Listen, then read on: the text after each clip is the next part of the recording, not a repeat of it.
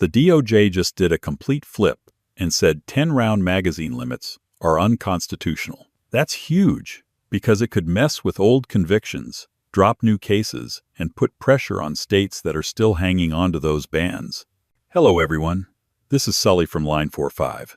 Today, I'm going to break down what this reversal really means for gun owners and how it could shake up the fights over magazine bans all across the country. Before we dive in, do me a solid. Smash that subscribe, tap the bell, hit all the dang buttons down there. You don't gotta, but it keeps this train rolling and lets me crank out more of this wild gun talk for y'all. All right, enough of that. Let's get back to it.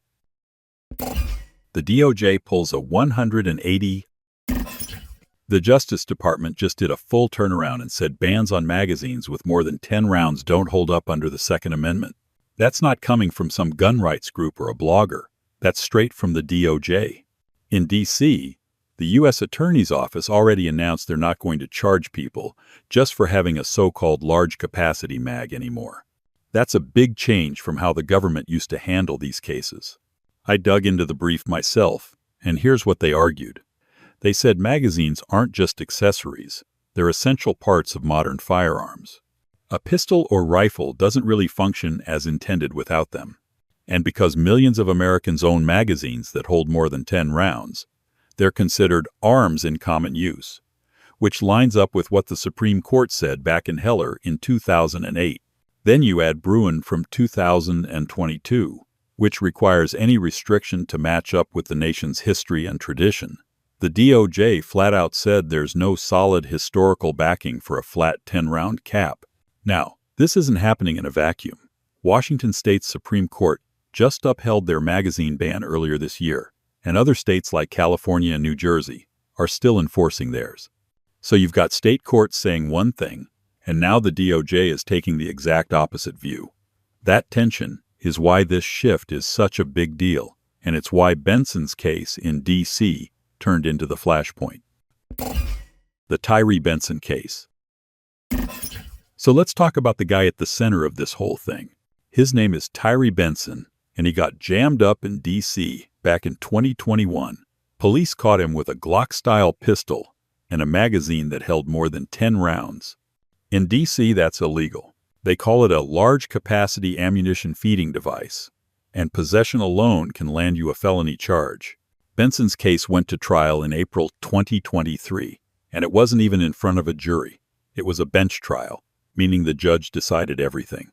He got convicted on the mag charge along with other counts tied to the gun. At that point, the Department of Justice was still defending the constitutionality of the ban, so his appeal looked like a long shot. The law had been on the books in D.C.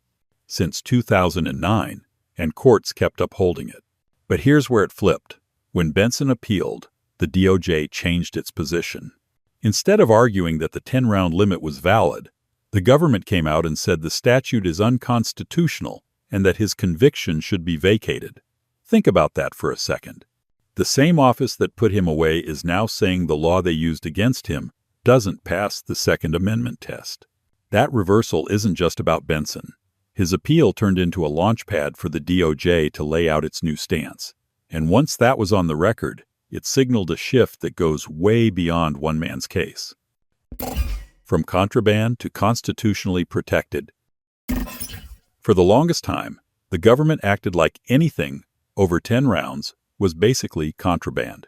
In D.C. and a bunch of states, just having a mag that held more than 10 could get you charged, even if you hadn't committed any other crime. Prosecutors leaned on that dangerous and unusual line from Heller to back it up, claiming these mags weren't protected by the Second Amendment. But now the DOJ is saying the exact opposite. In Benson's case, they came right out and admitted that magazines aren't just extras you throw in a range bag. They're a core part of how modern guns work. You can't run most semi-auto pistols or rifles without one. And because millions of people across the country own magazines that hold more than 10, the government says they clearly qualify as arms in common use. They also leaned on Bruin, which basically told the government, if you want to ban something, you'd better show a strong historical tradition of doing it. And when you look back, there's nothing that supports a blanket 10-round cap. Repeaters and higher capacity guns have been around for over a century, and nobody was writing laws that set round limits. So now the DOJ itself is on record saying these bans don't line up with history or with how Americans actually use firearms. That's a massive reversal, and it lays the foundation for why old convictions might not stand. The domino effect. When the DOJ switched sides on this, the first thing I thought about was all the people who had already been convicted under these magazine bans. If the government now says the law itself is unconstitutional, what does that mean for the folks sitting on old charges or even serving time? You can bet defense lawyers are lining up to file appeals. If Benson gets his conviction tossed, it sets a blueprint for others to try the same thing. And it's not just the past cases. There are ongoing prosecutions right now in places like D.C., New Jersey, and California, where possession of a magazine with over 10 rounds is a separate charge. With the DOJ's new stance, federal prosecutors aren't going to waste their time pushing those cases anymore. That leaves local prosecutors standing on their own, and even they know the courts are shifting against them. It could turn into a real domino effect.